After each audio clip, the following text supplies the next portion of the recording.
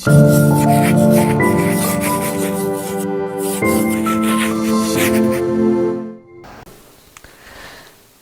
दोस्तों, राय पब्लिकेशन के YouTube channel में आप सभी का स्वागत है।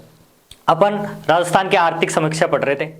अपन ने लास्ट वीडियो में देखा था आर्थिक समीक्षा के जो पहला पार्ट था उसमें राजस्थान की आर्थिक समीक्षा के जो मुख्य मुख्य आंकड़े होते हैं उन सभी के बारे में डिटेल में देखा था। लगभग 13 आंकड़े थे, उनमें से मैंने बोला 11 आंकड़ों में आपके हर एग्जाम में कोई ना कोई क्वेश्चन आता है। साथ ही में अपन ने राजस्थान आर्थिक जो समीक्षा है उसके टोटल 11 चैप्टर होते हैं, उनमें से पहले चैप्टर के बारे में डिटेल में देख लिया था। मैंने बोला था ऐसे ही अपन हर चैप्टर के बारे में एक वीडियो लेके आएंगे और लगभग 20-25 मिनट के वीडियो में अपन एक चैप्टर को खत्म कर लेंगे। उसी सीरीज में आगे बढ़ते हुए आज अपन दूसरा चैप्टर लेके आए हैं जो राजस्थान कृषि और उससे संबंध क्षेत्र से संबंधित है। आपने देखा होगा पिछले गत वर्षों में जितनी भी एग्जाम हुई है राजस्थान की, चाहे वो आरपीएससी की हो चाहे आरएमएसएसबी बोर्ड की हो, उनसे रेगुलर कृषि क्षेत्र से बहुत ज्यादा क्वेश्चन पूछे गए हैं। जो भी आर्थिक समीक्षा से रिलेटेड, कृषि क्षेत्र से रिलेटेड क्वेश्चन पूछे गए हैं, उनसे रिलेटेड योजनाएं, उनसे रिलेटेड और तथ्यों के बारे में। तो आज अपन इसमें कृषि क्षेत्र में जो आर्थिक समीक्षा के नए आंकड़े आए, अपन ने देखा पहले जो वीडियो था उसमें अपन ने काफी आंकड़े देखे थे। इसमें इतने ज्यादा आंकड़े नहीं है। स्टार्टिंग में जो कृषि क्षेत्र के आंकड़े होते हैं, आर्थिक समीक्षा में कितना योगदान रहा वो देखेंगे। उसके अलावा कृषि जनगणना 2015-16 है, उससे जो फैक्ट रेगुलर उससे जो क्वेश्चन आते हैं कृषि जोतों से संबंधित, वो भी इस वीडियो में देखेंगे। उसके बाद में कृषि के जो संबंध क्षेत्र होते हैं, अलग अलग क्षेत्र होते हैं, उनकी राजस्थान अर्थव्यवस्था में क्या योगदान है वो भी अपन इस वीडियो में देखेंगे। और साथ में कृषि क्षेत्र से रिलेटेड जो मुख्य मुख्य योजनाएं, लगभग 5-10 योजनाओं के बारे में अपन यहाँ पे डिस्कस करेंगे। 5-10 योजनाएं अपन क्वेश्चन फॉर्मेट में डाल देंगे। इंपॉर्टेंट एक जो विभाग होता है उससे रिलेटेड 10-12 जो योजना है अपन वो इसमें डिस्कस कर लेंगे। बची कुछ जो योजना 1-2 बच जाती है छोटी मोटी, जिनसे कभी कभी क्वेश्चन आता है, वो आपको राय पब्लिकेशन के टेलीग्राम चैनल पे पूरी डिटेल में मिल जाएगी। तो इसी के साथ अब अपन इसके सेकंड चैप्टर स्टार्ट करते हैं।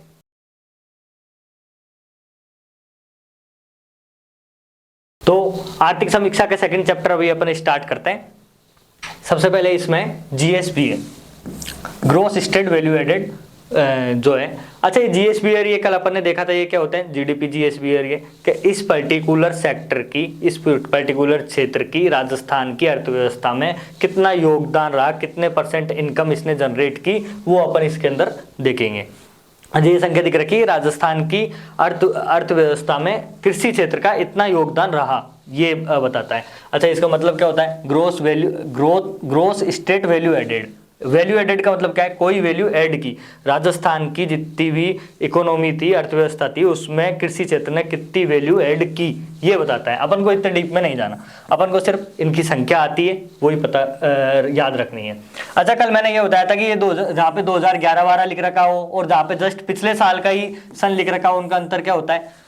जहाँ पे 2011-12 या कोई स्पेशल पुरानी ईयर लिख रखी हो, वो बेस ईयर को दिखाती है। मतलब ये स्थिर कीमतों पे और ये प्रचलित कीमतों पे जो पिछली लिखी हुई है, ये अपन ने कल डिस्कस कर लिया था। अभी अपन डायरेक्ट कृषि क्षेत्र का जीएसबी देखते हैं। तो कृषि क्षेत्र ने, कृषि और उसके संबंध, जब भी मैं कृषि क्षेत्र बोलूँ तो आपको कृषि और उससे संबंधित क्षेत्र दोनों याद रखने हैं। तो कृषि क्षेत्र ने राजस्थान की अर्थव्यवस्था में स्थिर कीमतों पर कितना योगदान दिया, 2.09 लाख करोड़ का योगदान दिया। वहीं प्रचलित कीमतों पे, कल अपन ने ये वाली बात बहुत अच्छे से याद कर ली थी कि जो प्रचलित कीमत होती है वो स्थिर कीमतों से ज्यादा होती है। तो प्रचलित कीमतों पे कितना योगदान दिया, 3.79 लाख करोड़ रुपए रहा। अच्छा, स्टूडेंट बोलते हैं सर इनमें से दोनों याद करना जरूरी है क्या। राजस्थान के एग्जाम प्रोस्पेक्टिव से मैं आपको बता दूं, ज्यादा तो आपको 3.79 करोड़ को लाख करोड़ को याद रखना इंपॉर्टेंट है। क्यों? क्योंकि राजस्थान में ज्यादातर नॉमिनल जो डाटा होता है, करंट ईयर का जो डाटा होता है, उससे क्वेश्चन पूछे जाते हैं। और जो वर्गीकरण किया जाता है कृषि और उसके संबंध क्षेत्र ने कि किसका कितना कंट्रीब्यूशन रहा, वो भी इसी के बेस पे ही किया जाता है। और आर्थिक सर्वे में जो अपने ग्राफ बना के दे रखा है वो भी इसी के बेस पे दे रखा है, अभी अपन आगे देखेंगे। तो इसलिए अपन को मेन रूप से ये 3.79 लाख करोड़ रुपए का जो योगदान रहा राजस्थान का कृषि क्षेत्र का राजस्थान की अर्थव्यवस्था में, वो याद रखना जरूरी है। और इसका कितने % इसमें इंक्रीज हुआ, मैंने आपको कल तरीका बताया था कि ये जो तरीका रहता है इसको अपन ब्रैकेट में लिखते हैं, वो इसके योगदान को बताता है, कितने % इंक्रीमेंट रहा, कितने % डिक्रीज रहा। तो 14.33% का इंक्रीमेंट रहा है मतलब ये पिछली साल से 14.33% इंक्रीज हो गया, और वहीं 2.0 लाख करोड़ में 7.48 का इंक्रीमेंट रहा है। तो कुल मिला के GSBA स्थिर कीमतों पे 2.09 लाख करोड़ रहा है, जिसमें 7.48 का इंक्रीमेंट हुआ है, इंक्रीज हुई है, वो ग्रोथ हुई है। जो क्वेश्चन आएगा वो ग्रोथ से ही आएगा, वृद्धि दर से ही। और वहीं नॉमिनल प्राइस पे प्रचलित कीमतों पे 3.79 लाख करोड़ का अपने कंट्रीब्यूशन रहा है कृषि और संबंध क्षेत्र का राजस्थान अर्थव्यवस्था में, और 14.33% से ग्रोथ हुई है। आपको ये डाटा जरूर याद रखना है, ये इंपॉर्टेंट डाटा है। साथ ही में अपन ने कल जब कृषि और उसके संबंध क्षेत्र सेक्टरों का वर्गीकरण पढ़ा था, जिसमें अपन ने एक वेन डायग्राम के थ्रू देखा था कि जो 3 अर्थव्यवस्था के क्षेत्र होते हैं उन तीनों का कितने कितने % कंट्रीब्यूशन था, ये अपन ने देखा था। उसी में ही ये है आगे कि इसमें देखा था अपन ने कि कृषि और उसके संबंध क्षेत्र का प्रचलित कीमतों पर योगदान राजस्थान की अर्थव्यवस्था में 28.95% है, और वहीं स्थिर कीमतों पे 28.56% का योगदान रहा है राजस्थान की अर्थव्यवस्था में कृषि का। ये अपन ने कल देख लिया था, जिसको अपन ने सेक्टोरियल कंट्रीब्यूशन बोला था, मतलब एक क्षेत्र का राजस्थान की अर्थव्यवस्था में भाग। अच्छा, मैंने बताया था कि कृषि क्षेत्र हमेशा अकेला कृषि उसमें इंक्लूड नहीं होता, कृषि और संबंध क्षेत्र जो प्राइमरी सेक्टर होता है उसमें और भी क्षेत्र इंक्लूड होते हैं। तो इसके अलावा इसमें कृषि में फसलें, पशुधन, वानिकी एवं लर्निंग और मत्स्य को अपन इसमें मेन रूप से शामिल करते हैं। ये डायग्राम सीधा राजस्थान इकोनॉमिक सर्वे से ही उठाया है। इसमें क्या बताते हैं कि जो कृषि क्षेत्र ने टोटल 3.79 लाख करोड़ का कंट्रीब्यूशन राजस्थान की इकोनॉमी में किया है, उनमें जो कृषि के संबंधित क्षेत्र हैं उनका योगदान कितना था। इससे रिलेटेड पिछले एग्जामों में क्वेश्चन भी आता है। क्वेश्चन डायरेक्ट आपसे परसेंटेज वाइज नहीं पूछता कितने कितने परसेंटेज वाइज योगदान था, पर ये जरूर पूछता है कि किसका ज्यादा था किसका कम था। तो ये यहाँ पे अपन देख रहे हैं कि राजस्थान में जो कृषि क्षेत्र है उसमें 3.79 लाख करोड़ का उत्पादन टोटल हुआ, उसमें से 46.41% जो शेयर है वो अकेले किसका है, पशुधन का है। तो मतलब इससे क्या है, समझ में आया अपन को कि राजस्थान के जो कृषि और संबंध क्षेत्र है उसमें सबसे ज्यादा योगदान पशुधन का है। ये इसके सब सेक्टर्स होते हैं, उनमें पशुधन का सबसे ज्यादा योगदान रहा है। पशुधन के बाद फसलों का रहा है दूसरे नंबर पे। दोनों में बहुत ज्यादा अंतर नहीं है। अंतर क्यों नहीं है ये देखते हैं अपन। कृषि क्षेत्र, जब अपन पूरे क्षेत्र का नाम ही कृषि क्षेत्र बोल रहे हैं तो लगभग वो क्षेत्र आप समझ रहे होंगे कि वो कृषि से ही रिलेटेड रहेगा, कृषि और पशुधन साथ में वानिकी और इनसे रिलेटेड रहेगा। राजस्थान ऐसा है जिसमें पशुधन का उत्पादन इतना ज्यादा है, लोग बाग राजस्थान में बहुत ज्यादा पशुपालन करते हैं, इस वजह से पशुधन का उत्पादन इतना ज्यादा है कि उसका जो राजस्थान के प्राथमिक सेक्टर में शेयर है वो लगभग फसलों के टोटल उत्पादन से भी ज्यादा हो गया। और ये पहले नहीं था ज्यादा। मैं आपको बता दूं, पिछले साल का जो इकोनॉमिक सर्वे आया था 2021-22 का, इस सर्वे में ही पहली बार राजस्थान का पशुधन राजस्थान की फसलों से ज्यादा हुआ था। ये दूसरी साल है कंटिन्यू जब पशुधन राजस्थान के फसलों से ज्यादा रहा है। तो पिछले साल इससे बहुत क्वेश्चन आए थे कि जो कृषि और संबद्ध क्षेत्र होते हैं उसमें सबसे ज्यादा कंट्रीब्यूशन योगदान कौन से सेक्टर का रहा है, तो सबसे ज्यादा पशुधन का रहा है। पहले नंबर पे कौन है, पशुधन, दूसरे नंबर पे अपने फसलें। तो तीसरे नंबर पे कंट्रीब्यूशन किसका रहेगा, तीसरा क्षेत्र कौन सा है, वानिकी का रहा है, वानिकी का रहा है तीसरे नंबर पे। अच्छा, इनकी परसेंटेज याद करनी है क्या, तो देखो 46 तो आपको याद रहेगी। 46.41 पशुधन की रही है, फिक्स 46 फसलों की रही है। उसके अलावा वानिकी की 7.20 रही है। इतने ज्यादा इंपॉर्टेंट याद करना आपके लिए नहीं है, फिर भी आपको ऊपर ऊपर याद रख लोगे तो ठीक है। अब जो तीसरा है मत्स्य, उसका कंट्रीब्यूशन बहुत कम है, आप यहां पे देख रहे होंगे 0.39% है। परंतु अगर आपके क्वेश्चन आ जाए कि राजस्थान के कृषि और उसके संबंध क्षेत्रों में सबसे ज्यादा ग्रोथ, सबसे ज्यादा विकास कौन से क्षेत्र में हुआ है, तो सबसे ज्यादा विकास कौन से क्षेत्र में हुआ है, मत्स्य क्षेत्र में हुआ है। मत्स्य क्षेत्र की इस साल की ग्रोथ लगभग 7% के करीब रही है, जो बाकी के सेक्टरों से सबसे ज्यादा है। बाकी के सेक्टरों की आपको इसलिए याद नहीं करनी कि इतना डाटा याद करोगे तो कंफ्यूज हो जाओगे। तो सबसे ज्यादा ग्रोथ किस में हुई है, मत्स्य सेक्टर में। कृषि और संबंध क्षेत्र में सबसे ज्यादा योगदान किसका है, आपके पशुधन का है। ठीक है, कितना है, 46.41। तो ये वाली बात आपको समझ में आई होगी। अच्छा, ये दो चीज अपन ने इससे संबंधित देख ली। अब जो बाकी के चीज है वो आंकड़ों से रिलेटेड है। इनसे रिलेटेड क्वेश्चन राजस्थान की हर एग्जाम में रेगुलर आते रहे हैं, तो ये आपको डायरेक्ट याद रखना है। पशुधन उत्पादन में जैसे अपन ने देखा, पशुधन का इस बार उत्पादन 46.41% हो गया, इतनी ग्रोथ हुई है। तो उसमें सबसे ज्यादा कंट्रीब्यूशन किसका है? मैंने बोला राजस्थान में पशुपालन लोग बहुत ज्यादा करते हैं, तो दूध का जो उत्पादन है, दूध का जो उत्पादन राजस्थान में, वो लगभग 52.62% योगदान इस पशुधन में सिर्फ दूध उत्पादन वाले पशुओं का होता है। मतलब जैसे भेड़ है, भेड़ से जो इनकम होती है वो दूध उत्पादन से इतनी ज्यादा ना होकर ऊन से होती है, तो वो भी पशुपालन में ही काउंट होती है। परंतु पशुपालन का जो टोटल 100% उत्पादन है, उनमें से 82.62% योगदान मात्र दूध उत्पादन का है। ये आपको याद रखना है। अगर आपसे पूछ ले पशुपालन में सबसे ज्यादा कंट्रीब्यूशन किसका है, तो दूध उत्पादन का कितना, 82.62। बस इतना याद रखना है अपन को कि पशुपालन में सबसे ज्यादा योगदान किसका, दूध उत्पादन का, 82.62।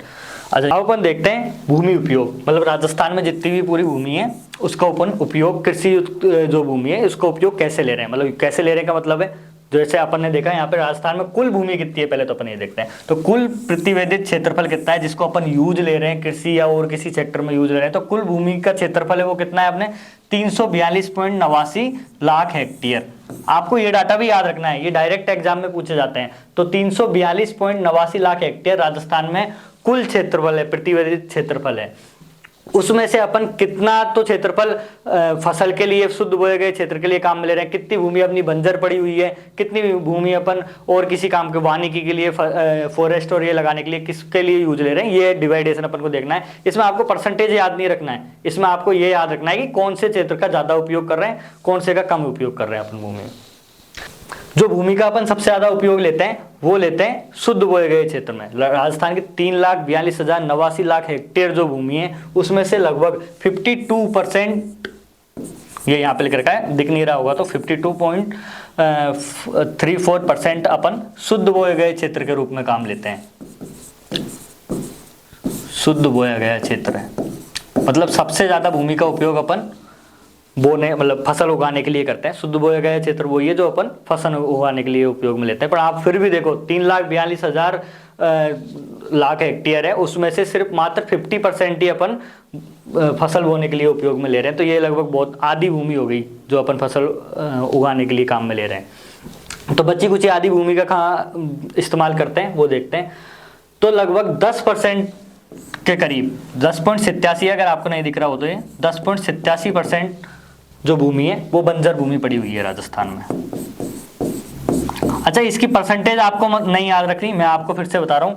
इसमें आप याद कैसे रख सकते हो, याद रखने का जो सिंपल तरीका है वो यही है कि सबसे ज्यादा भूमि किस में काम में ली जा रही है, सबसे ज्यादा भूमि काम में ली जा रही है शुद्ध बोए गए क्षेत्र में। दूसरे नंबर पे भूमि किस कहाँ पे उपयोग में आ रही है, बंजर भूमि के रूप में। तो आप इसको ग्रेटर देन लेस देन करके जो क्वेश्चन आते हैं ना कि सब राजस्थान की भूमि का सबसे ज्यादा उपयोग किस में हो रहा है, तो बोए गए क्षेत्र में सबसे ज्यादा उपयोग हो रहा है, फिर बंजर भूमि के रूप में काम में लिया जा रहा है। तो आपको ऐसे याद रखनी है। तीसरी जो सबसे ज्यादा अपन उपयोग में ले रहे हैं भूमि वो 8.08%, तीसरे नंबर पे जो है वो है आपके वृक्षों के झुंड और बाग के रूप में। किसके रूप में? वृक्षों के झुंड और बाग के रूप में तीसरे नंबर पे अपन काम में ले रहे हैं। तो इनको आपको ग्रेटर देन लेस देन करके याद रखना है। जैसे कहीं भी एक जगह आप अपनी कॉपी में लिख सकते हो, सबसे ज्यादा भूमि का उपयोग किसमें, बोए गए क्षेत्र में, बोया हुआ क्षेत्र।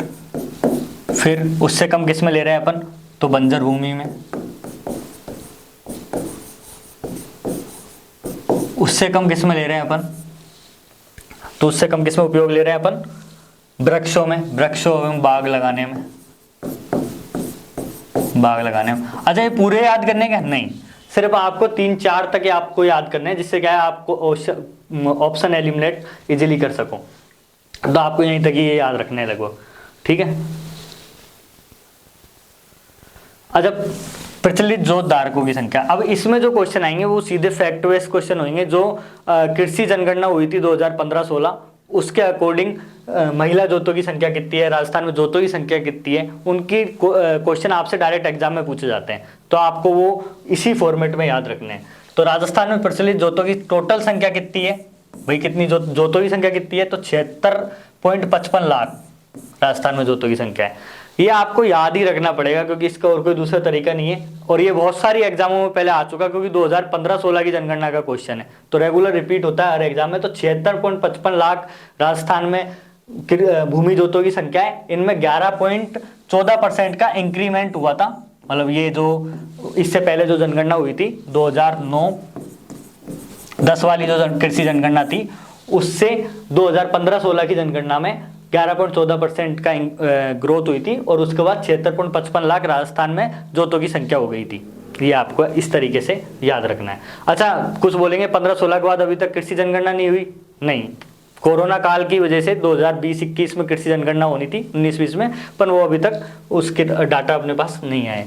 तो ये भी आप याद रखना, ये क्वेश्चन बहुत ज़्यादा फैक्ट वाइज पूछ लिया जाता है कि 2015-16 में कृषि जनगणना हुई थी। अच्छा, मैं एक और बात बता दूं, आप लोग जैसे समझ ही गए होंगे, जो कृषि जनगणना है वो हर 5 साल में होती है। जो इंसानों की जनगणना है, जो अपनी नॉर्मल जनगणना होती है, वो हर 10 साल में होती है। तो इसी तरीके से कृषि जनगणना कितने साल में होती है? 5 साल में होती है। ये क्वेश्चन बहुत बार एग्जाम में आया था, डायरेक्ट आप याद रखना है इसको। अच्छा, कुल भूमि जोतों की संख्या तो 76.55 लाख, जिसमें 11.14% का इंक्रीजमेंट हुआ अपने पिछली जो कृषि जनगणना थी उसमें से, ये अपन ने याद रखा। साथ ही में औसत आकार कितना है, भूमि का औसत आकार कितना है, मतलब औसत आकार का मतलब क्या, एक किसान के पास औसतन कितनी भूमि है, किसी के पास कम भूमि होगी, किसी के पास ज्यादा भूमि होगी, तो औसतन कितनी है। तो ये क्वेश्चन भी पिछली कुछ एग्जाम में बहुत बार आया हुआ है। 2.73 हेक्टेयर, मात्र 2.73 हेक्टेयर जो भूमि है वो औसत है अब प्रत्येक व्यक्ति के पास। 76.55 लाख तो कुल जोतों की संख्या है, और औसत जोतों की संख्या आपसे पूछ ली जाए तो कितनी है? 2.73 हेक्टेयर मात्र। अच्छा, इसमें ये 11.07% का क्या हुआ है भाई? टोटल जो जोतों की संख्या है 76.55 लाख, वो तो अपने इंक्रीज हुई थी, परंतु औसत जोतों की संख्या में अपने डिक्रीज हुआ था। क्यों, ऐसा क्यों हुआ भाई? औसत किसके बोलते हैं? जैसे जैसे अपने परिवार बढ़ रहा है, परिवार 2 भाई है, 2 की जगह 4 भाई हुए, तो किसी के पास 1 बीघा भूमि है, उसके टुकड़े होते गए, तो जो जोतों का आकार है, जोतों का आकार किसको बोलते हैं? जिसके हिस्से में जितनी जमीन आ रही है वही तो उसी को जोतों का आकार बोलते हैं। तो जोतों का आकार कम होता गया, तो औसत आकार में कमी हो रही है, तो 11.07% हेक्टेयर की कमी हुई है। अच्छा, ये क्वेश्चन बहुत बार पूछा जाता है, अभी बहुत एग्जामों में रिपीट हुआ है रेगुलरली, कि राजस्थान में महिलाओं को जोतों की संख्या कितनी है, महिलाओं की जोतों की संख्या कितनी है। मतलब ऐसी जोत जिनका नामकरण महिलाओं के नाम पे हो रखा है, मतलब ऐसी जमीन का टुकड़ा जिसका नामकरण जो रजिस्टर्ड महिलाओं के नाम पे है, वो। सिंपल बात यह है, पर आपको जो याद रखनी है कि महिलाओं की जोतों की संख्या कितनी है, तो 7.75 लाख हेक्टेयर। अरे 2015-16 का डाटा है, ये काफ़ी टाइम से रेगुलर आप पढ़ भी रहे होंगे बहुत सारे एग्जाम में। जो नए स्टूडेंट है उनको ज़रूर थोड़ी सी दिक्कत होगी, तो वो एक बार इनको याद करके ज़रूर बार बार रिपीट करके याद कर लेना, कहीं लिख के याद कर लेना, क्वेश्चन सोल्व करके याद कर लेना, क्योंकि इनसे रेगुलर क्वेश्चन आते हैं, बहुत ही इंपॉर्टेंट है। आप पिछली कोई सी भी एग्जाम का क्वेश्चन उठा के देखोगे तो उनमें ये सारे क्वेश्चन आ रखे होंगे, ये बहुत इंपॉर्टेंट है जोतों की संख्या। अच्छा, इसमें यह भी देखना है, महिलाओं की जोतों की संख्या है उसमें लगभग 42% इंक्रीमेंट हुई थी। मतलब जो 2009 के बाद 2015-16 में जो जनगणना हुई थी उसमें महिलाओं की जोतों की संख्या में लगभग 42% का मतलब क्या जानते हो? लगभग 50% महिलाओं का जो रजिस्ट्रेशन हुआ था, उनकी जमीन उनके नाम हुई थी, वो इन 5 ईयर में हुई थी, इतना इंक्रीमेंट हुआ था। तो सोचो अब जो नई जनगणना आएगी उसमें महिलाओं का इंक्रीमेंट कितना होगा, क्योंकि उसके बाद सरकार ने बहुत सारे नए नियम लगा दिए थे कि जैसे रजिस्ट्री कराने जाते हैं तो महिलाओं के नाम पे जब अपन रजिस्ट्री कराते हैं तो कम पैसे लगते हैं। तो यही रीज़न है कि महिलाओं के नाम जो जोतों की संख्या में इंक्रीमेंट इतनी भारी मात्रा में हो रहा है। और ये क्वेश्चन भी पूछा गया है कि लगभग 42% महिलाओं की जोतों का आकार में जोतों की संख्या में वृद्धि हुई थी। अच्छा, राजस्थान इकोनॉमिक सर्वे में इस बार ये क्वेश्चन हाईलाइट करके लिखा गया है, ये वाली लाइन जो भी मैं पढ़ रहा हूँ, कि राजस्थान में वार्षिक वर्षा इस बार कितनी हुई है। क्यों? क्योंकि सामान्यतः जितनी वर्षा होती है उससे अब की बार औसतन हर क्षेत्र में राजस्थान में वर्षा बहुत ज़्यादा हुई है। तो आपको ये डाटा इस बार इसलिए याद रख लेना, अभी तक वैसे किसी एग्जाम में ऐसा डाटा पूछा नहीं गया है, फिर भी इसलिए याद रख लेना है कि इस बार सामान्य से बहुत ज़्यादा बारिश हुई है। तो लगभग 594.20 mm की बारिश अब की बार राजस्थान में हुई है और मुझे उम्मीद है ये किसी न किसी एग्जाम में ज़रूर टपकेगा। तो इस बार सामान्य से बहुत ज़्यादा बारिश हुई है, इसलिए हाईलाइट करके राजस्थान इकोनॉमिक सर्वे में ये लिख रखा है कि 594.20 mm की बारिश राजस्थान में इस बार हुई है। अच्छा, अब कुल जोतों का वर्गीकरण। जो जोतों की संख्या है वो सभी में बराबर नहीं है, मतलब जो खेतों की आपने देखा होगा भूमि होगी, किसी के पास तो 10 बीघा है, किसी के पास 50 बीघा है। तो इनका वर्गीकरण कैसे किया गया है? तो इनके वर्गीकरण 5 तरीके से किया गया है। एक तो आपने सुना होगा सीमांत किसान होते हैं, लघु किसान होते हैं, अर्ध मध्यम किसान होते हैं, मध्यम किसान होते हैं और बड़े आकार के किसान होते हैं। मतलब बड़े आकार का मतलब बड़े किसान होते हैं। तो इनका वर्गीकरण कैसे किया गया है, इनका पता कैसे चलता है? इनसे रिलेटेड जो क्वेश्चन है वो डाटाबेस भी आते हैं और ग्रेटर देन लेस देन वाले क्वेश्चन है। मैं डायरेक्ट क्वेश्चन बेस पे ही आपको पढ़ा रहा हूँ, जो ऑब्जेक्टिव टाइप क्वेश्चन आते हैं उसी टाइम पे। तो ग्रेटर देन लेस देन भी आए हैं पिछले एग्जामों में। पर पहले अपन ये देख लेते हैं कि आखिरकार ये किसानों का वर्गीकरण है कैसे किया गया है। अच्छा, सीमांत किसान किसे बोलते हैं? तो सीमांत किसान उन किसानों को बोलते हैं जिनके पास 1 हेक्टेयर से भी कम भूमि होती है। सीमांत किसान, जैसे नाम से ही स्पष्ट हो रहा है, सीमांत मतलब बहुत छोटी भूमि।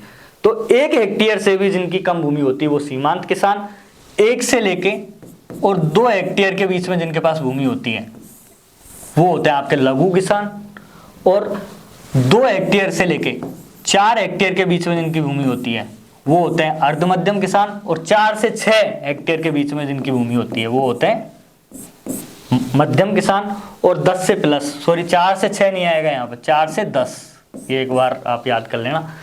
4 से 10 हेक्टेयर के बीच में जिनकी भूमि होती है वो मध्यम किसान की श्रेणी में आते हैं, और 10 से प्लस वाले सारे बड़े।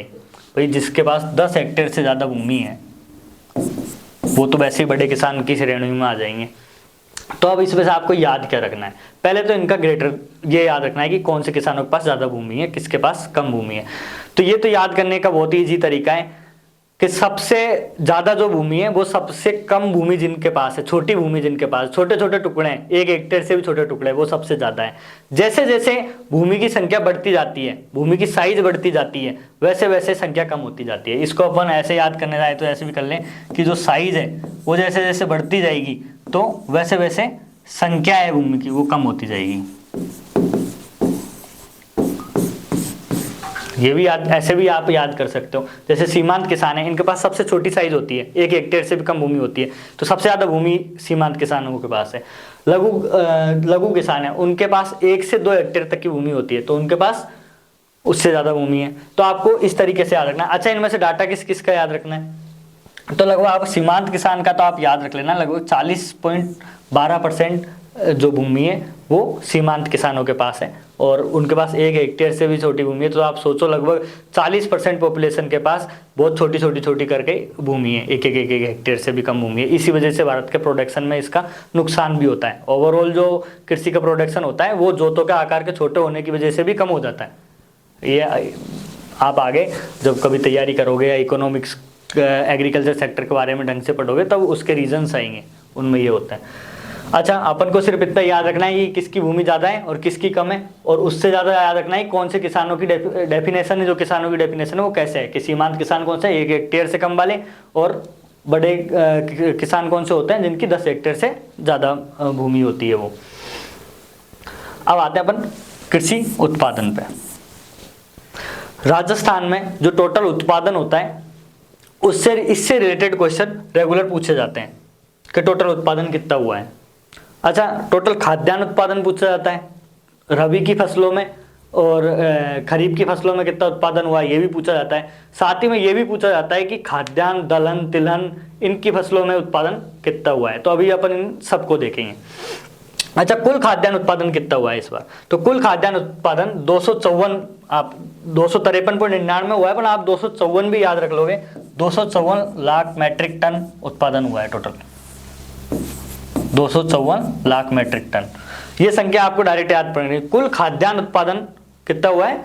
254 लाख मैट्रिक टन हुआ है। अच्छा, खाद्यान्न में क्या क्या चीज शामिल होती है आपको ध्यान? खाद्यान्न में तिलहन आपका शामिल नहीं होता, तिलहन आपके शामिल नहीं होता है। अब जो रेगुलर एग्जाम में पूछा जाता है वो तो यही पूछा जाता है 254 लाख मैट्रिक टन कुल खाद्यान्न उत्पादन रहा, परंतु पिछले कुछ एग्जाम में देखा गया है कि जो कथन मन के क्वेश्चन आते हैं उनमें डायरेक्ट ये क्वेश्चन पूछ लिया गया खरीफ का उत्पादन कितना रहा है, रबी का उत्पादन कितना रहा। अच्छा, ये तो आपको पता होगा खरीफ की फसल कब होती है, रबी की फसल कब होती है। रबी की फसल जो सर्दियों में होती है वो शरद ऋतु में होती है वो, और खरीफ की फसल ग्रीष्म ऋतु में जो होती है वो होती है। तो जो खरीफ की फसल है उसका लगभग 98% नहीं है, 98 लाख मेट्रिक टन, कितना 98 लाख मेट्रिक टन जो उत्पादन है वो खरीफ में हुआ है, और रबी में 156 लाख मेट्रिक टन उत्पादन हुआ है। टोटल उत्पादन कितना हुआ है, 254 लाख मेट्रिक टन हुआ है। ये आपको याद रखना है। अरे मैंने बताया था आपको कि जो कुल उत्पादन है वो इन तीनों का भी देखना है, अनाज, दालें और तिलहन का। खाद्यान्न उत्पादन का बताया था मैंने आपको। खाद्यान्न में क्या क्या चीज शामिल करते हैं अपन, अनाज और जो दालें होती है वो खाद्यान्न में शामिल होती है। अनाज प्लस दालें, आपको यहाँ दिख नहीं रहा होगा, अनाज प्लस दाल जो होती है वो आपके खाद्यान्न में होती है, और तिलहन खाद्यान्न में नहीं होता। इसीलिए अगर आप अनाज के प्रोडक्शन को, अनाज कितना है 206.57 लाख मेट्रिक टन। अच्छा, अपन को ये याद नहीं करना, सबसे ज्यादा अनाज का उत्पादन रहा है, फिर तिलहन का रहा है, और फिर दाल का रहा है। ये इस क्रम में याद रख लेना, सबसे ज्यादा अनाज का रहा है, उसके बाद तिलहन का रहा है। ऐसा आएगा राजस्थान में सबसे ज्यादा सर्वाधिक उत्पादन किसका हुआ है, इस टाइप के क्वेश्चन आएंगे, तो ये फिर आपको इसी टाइप से याद रखनी है। फिर दालें या दलहन का उत्पादन रहा है। तो राजस्थान में सबसे ज्यादा अनाज उत्पादित होता है, फिर तिलहन उत्पादित होता है, और फिर सबसे कम दालें उत्पादित होती है। इनकी अगर आप याद रखना चाहो, अगर आप कैपेसिटी हो, तो फिर लाख में मेट्रिक टन जो संख्या है वो भी याद रखना, 206, ये आपको यहाँ पे दिख रही होगी 99.78। अच्छा, जो ऐसे इतने करीब डाटा हो उसको आप 99.78 मत याद रखना, डायरेक्ट 100 लाख मेट्रिक टन, और ये लगभग 47 लाख मेट्रिक टन उत्पादन हुआ है। पर ये जो सीरीज है कि कौन सा ज़्यादा हुआ है कौन सा कम हुआ है, ये जरूर आपको याद रखनी है, ये इंपॉर्टेंट है एग्जाम के लिए। अच्छा, ये तो थे अपने कृषि और उससे संबंध क्षेत्र से रिलेटेड कुछ इंपॉर्टेंट फैक्ट जो आपने अभी पढ़े, और इनका बार बार जब आप रिवीजन करोगे तभी आपको याद रहेंगे, क्योंकि जो आंकड़े होते हैं वो स्टूडेंट बहुत जल्दी भूल जाता है या कंफ्यूज हो जाता है। इनको आप क्वेश्चनों के थ्रू भी रिवाइज कर सकते हैं, हम क्वेश्चन सीरीज भी लेके आएंगे आपके लिए। पर अब कृषि और उससे रिलेटेड क्षेत्र में कौन कौन सी योजनाएं चल रही है वो अपन पढ़ेंगे। कुछ योजनाएं अभी अपन डिस्कस करेंगे, कुछ क्वेश्चन के थ्रू अपन डिस्कस करेंगे। तो जो पहली योजना है वो है मुख्यमंत्री बीज स्वावलंबन योजना। अच्छा, बीज स्वावलंबन का मतलब क्या है? मतलब जो किसान है वो अपने ही खेत में बीज का प्रोडक्शन कर ले, जिससे उसको बीज के लिए दूसरों पे निर्भर या गवर्नमेंट या बाहर से लेके आने पे निर्भर नहीं रहने पड़े। इसके लिए ये योजना चालू की गई थी। ये योजना 2017 में चालू की गई थी। किसान अपने बीज का प्रोडक्शन खुद कर ले, इसके लिए भी मुख्यमंत्री बीज स्वावलंबन योजना चालू की गई थी, 2017 में की गई थी। पहली चीज आपको ये याद रखनी है। अच्छा, 2017 में जब ये योजना चालू की गई थी तो क्या पूरे राजस्थान में चालू कर दी थी? नहीं, पायलट प्रोजेक्ट के रूप में इसे 3 जिलों में चालू की गई थी। अच्छा, पायलट प्रोजेक्ट क्या होता है? जब भी किसी योजना या प्रोजेक्ट को एक्सपेरिमेंट जहाँ किया जाता है तो वो उसे अपन बोलते हैं पायलट प्रोजेक्ट। मतलब जब इसको बड़े रूप में कहीं लागू करना हो उससे पहले उसे छोटे रूप में लागू किया जाता है, तो उसको अपन पायलट प्रोजेक्ट बोलते हैं। तो स्टार्टिंग में 2017 में मुख्यमंत्री बीज स्वावलंबन योजना कोटा, भीलवाड़ा और उदयपुर में लागू की गई थी। कहाँ की गई थी? कोटा, भीलवाड़ा और उदयपुर में लागू की गई थी सबसे पहले। ये आपको तीनों जिलों को याद रखना है, ये अभी भी एग्जाम में पूछे जाते हैं रेगुलर। और 2018-19 के बाद ये 10 कृषि जलवायु क्षेत्रों में लागू कर दी गई। आपको पता होगा, आप एग्रीकल्चर जब टॉपिक पढ़ते हो राजस्थान का, राजस्थान इकोनॉमी में, तो राजस्थान को, पूरे राजस्थान को 10 एग्रीकल्चर जो जलवायु खंड है उसमें बांटा गया है। पूरे राजस्थान का जो वर्गीकरण किया गया है वो 10 कृषि क्षेत्र में किया गया है। तो ये अभी राजस्थान के पूरे 10 कृषि क्षेत्रों में लागू कर दी गई है, मतलब ये पूरे राजस्थान में लागू है। 2018-19 से पूरे राजस्थान में लागू हुई, 2017 में प्रथम बार लागू हुई। 2017 में जब लागू हुई जब 3 जिलों में लागू हुई, कोटा, भीलवाड़ा और उदयपुर में। चलो दूसरी योजना देखते हैं अपन, राष्ट्रीय खाद्य सुरक्षा मिशन। अच्छा, ये यहाँ पे गलत लिख रखा है थोड़ा। राष्ट्रीय खाद्य सुरक्षा मिशन 2007-8 से चालू हुआ था। जो राष्ट्रीय खाद्य सुरक्षा मिशन था 2007-8 में चालू किया गया था। इसका मेन उद्देश्य था गेहूं और दलहन दालें इनकी जो प्रोडक्शन है उसको इंक्रीज करना। तो इसके लिए ये प्रोडक्ट जो राष्ट्रीय खाद्य सुरक्षा मिशन चालू किया गया था। मैंने अभी अपन ऊपर पढ़ के आ रहे थे तभी मैंने बताया था ये जो खाद होता है, खाद्यान्न जो फसलें होती है उसमें गेहूं और दालों को ही शामिल किया जाता है, तिलहन को नहीं शामिल किया जाता। तो ये नाम से राष्ट्रीय खाद्य सुरक्षा मिशन का ही मतलब क्या हुआ कि खाद्य मतलब गेहूं किस में आता है, अनाज में, और दलहन में दालें सारी। तो इसके लिए गेहूं और दालों के लिए चालू किया गया था, 2007-8 में चालू किया गया था। इसका वित्त पोषण कितना है, 60 और 40। वित्त पोषण क्या होता है, वित्त पोषण ये कि ये योजना जो चल रहा है, ये मिशन जो चल रहा है, इसमें फाइनेंस कौन कर रहा है। भाई कोई भी मिशन, कोई प्रोजेक्ट चलाने के लिए पैसे की जरूरत होती है, तो उसको पैसे का जो फाइनेंस है वो कौन कर रहा है। तो 60 और 40%। अगर एग्रीकल्चर से रिलेटेड जितनी भी योजनाएं आपको देखने को मिलेगी उसमें लगभग 60-40 का रेशियो देखने को मिलेगा। 60 किसका होता है, इसमें 60 तो केंद्र सरकार का है, सेंट्रल गवर्नमेंट का है, और 40 स्टेट गवर्नमेंट का, मतलब अपनी राजस्थान सरकार का है।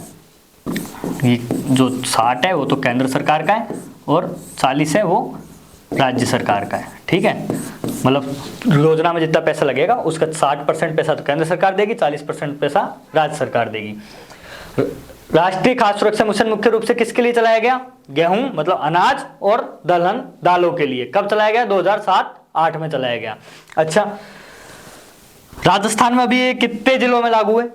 जैसे अपन ने देखा कि स्वावलंबन बीज योजना थी, ये 3 जिलों में पहले चालू हुई थी, अभी पूरे 10 कृषि जलवायु क्षेत्रों में चालू है, मतलब पूरे राजस्थान में चालू है। तो खाद्य सुरक्षा मिशन के राजस्थान के पूरे जिलों में चालू है, नहीं, पूरे जिलों में चालू नहीं है। जो गेहूं के लिए वो 14 जिलों में चल रहा है अभी राजस्थान खाद्य सुरक्षा मिशन, और दलहन के लिए पूरे 33 जिलों में चल रहा है। तो राजस्थान खाद्य सुरक्षा मिशन है वो गेहूं के लिए 14 जिलों में चल रहा है, दलहन के लिए 33 जिलों में चल रहा है। गेहूं और दलहन से रिलेटेड है, 2007-8 में चालू किया गया था। और इसका वित्त पोषण 60 और 40% है। 60 तो सेंट्रल गवर्नमेंट करती है और 40 स्टेट गवर्नमेंट करती है।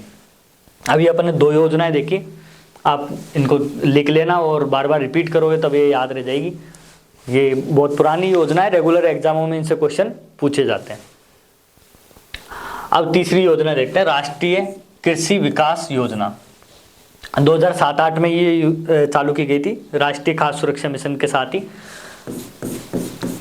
इसका मैंने अभी स्टार्टिंग में ही आपको बताया था कि जो जितनी भी एग्रीकल्चर की आपकी योजनाएं मिलेगी, अच्छा ऐसे नहीं कि आंख बंद करके सब में टिक लगा के 60 और 40 का रेशियो करके आ जाओ, पर ज्यादातर योजनाओं में लगभग 80 से 90% योजनाओं में वित्त पोषण है वो 60-40 का ही मिलेगा। 60 तो आपका रहेगा केंद्र सरकार का और 40 आपका रहेगा राज्य सरकार का। जो राष्ट्रीय कृषि विकास योजना है ये किस चीज से रिलेटेड थी, ये कृषि जलवायु, प्राकृतिक संसाधन और प्रौद्योगिकों को अधिक व्यापक और इंप्रूवमेंट करने के लिए थी। मतलब कृषि के जितने भी संसाधन हैं जिसके थ्रू कृषि की उत्पादकता को बढ़ाया जा सके, उसके लिए अपन ने राष्ट्रीय कृषि विकास योजना को चालू किया था। 2007-8 में चालू किया था। इसके जो पिछले एग्जाम में क्वेश्चन आए वो भी यही आए, डायरेक्ट मिलान करने वाले कि राष्ट्रीय खाद्य सुरक्षा मिशन कब चालू किया गया, 2007-8 में चालू किया गया। और साथ ही में राष्ट्रीय कृषि विकास योजना भी 7-8 में चालू की गई। इनका वित्त पोषण दोनों का ही 60-40 से, याद करना आसान है। इनका उद्देश्य क्या है ये आप देख लेना। जो अपन ने देखा था खाद्य सुरक्षा मिशन, तो खाद्य किस चीज से रिलेटेड होता है, अनाज और दलहन से, तो वो गेहूं और दाल से रिलेटेड था। वहीं आपका कृषि विकास योजना है, ये कृषि की जो जलवायु है, प्राकृतिक संसाधन है या फिर जो भी प्रौद्योगिकी है उसमें इंप्रूवमेंट करके कृषि की उत्पादकता बढ़ाने से रिलेटेड थे। अब अपन ने 3 योजनाएं देख ली। अब अपन चौथी योजना पे आते हैं कृषि से रिलेटेड, प्रधानमंत्री फसल बीमा योजना। अच्छा, ये बीमा अभी नई तो नहीं कह सकते, 2016 में ये लागू हुई थी, पर ये हमेशा चर्चा में रहती है फसल बीमा योजना। क्यों? क्योंकि फसल खराब होने से लगभग सभी किसान परेशान रहते हैं। हर साल कुछ ना कुछ ऐसा हो जाता है कि कहीं ना कहीं किसानों की फसल खराब हो जाती है। उसकी वजह से ये योजना वापस चर्चा में आ जाती है। कभी ऐसा हो जाता है कि किसानों को टाइम पे उनका बीमा का जो पैसा है वो नहीं मिल रहा है, तो इस वजह से लगभग चर्चा में रहती है। तो इस बीमा योजना के थ्रू क्या रहा, 2016 में फसल बीमा योजना चालू रही।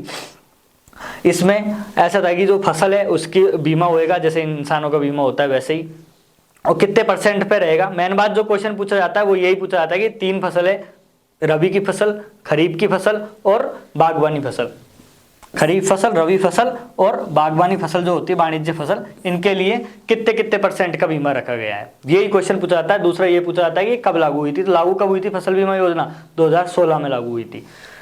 अच्छा ये यहाँ गलत लिख रखा है, खरीफ की फसल के लिए 2%, कितनी खरीफ में जो फसल होती है, गर्मियों में जो फसल होती है, उसका जो बीमा किया जाएगा वो 2% का किया जाएगा। 2% कैसा, जैसे पूरे खेत में जितने की फसल हो रही है, इसका आकलन कौन करेगा, इसका आकलन करने के लिए पटवारी होता है। पटवारी ये आकलन करेगा कि इस इतने क्षेत्र में इतनी फसल का उत्पादन हो सकता था, उसके हिसाब से इसका 2% का आकलन कितना होएगा। अच्छा इसके लिए इन्होंने प्राइवेट कंपनियों को ये बीमा करने के लिए दे रखा है, ये कॉन्सेप्ट से बाहर की बात है, अपन नहीं याद करेंगे इसको।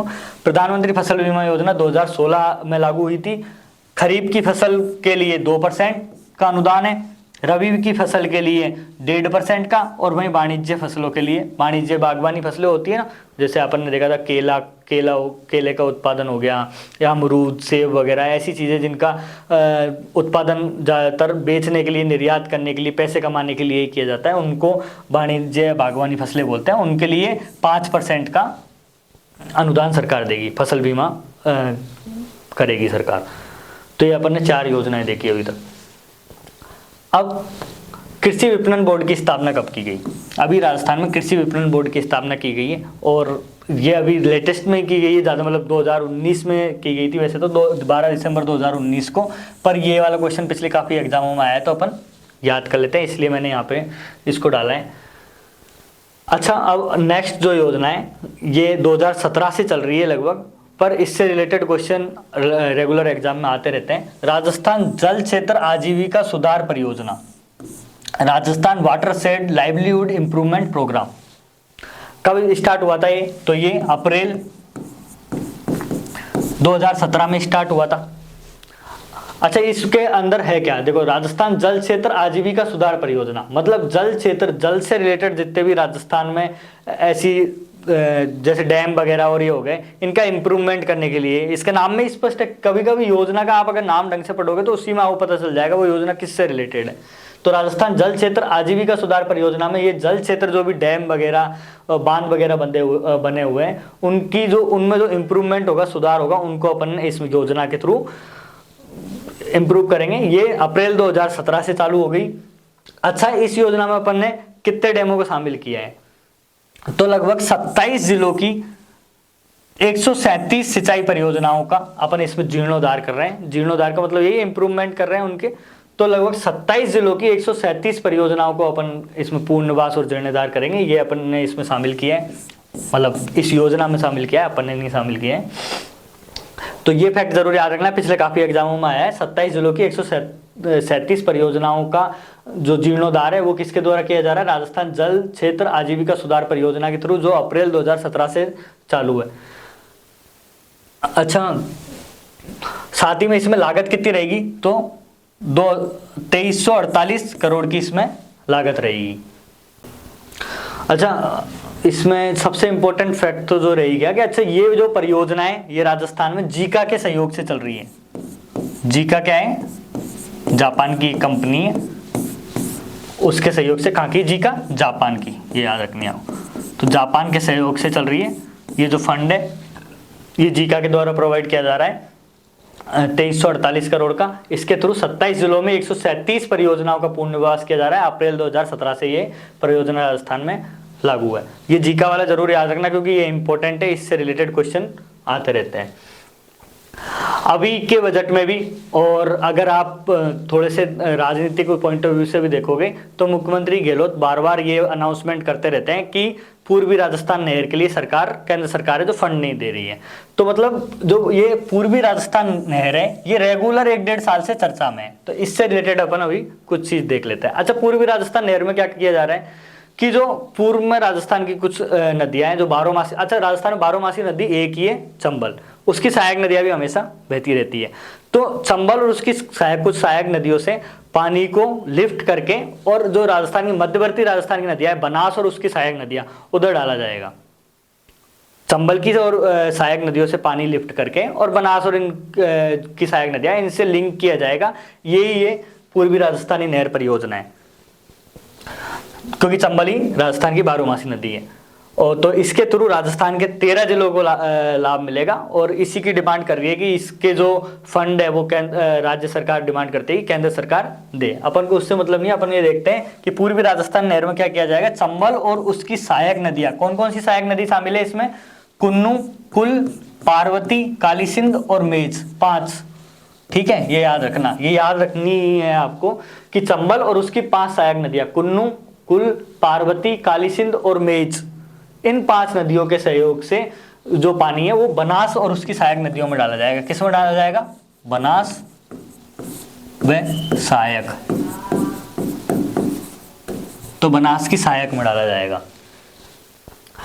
इस योजना के थ्रू कितने जिले लाभान्वित होंगे, तो इस योजना के थ्रू 13 जिले लाभान्वित होंगे राजस्थान के। और ये वाला क्वेश्चन अभी बहुत सारे एग्जामों में आ चुका है और आपको याद रखना है कि पूर्वी राजस्थानी नहर के थ्रू कितने जिले लाभान्वित होंगे, 13 जिले लाभान्वित होंगे राजस्थान के।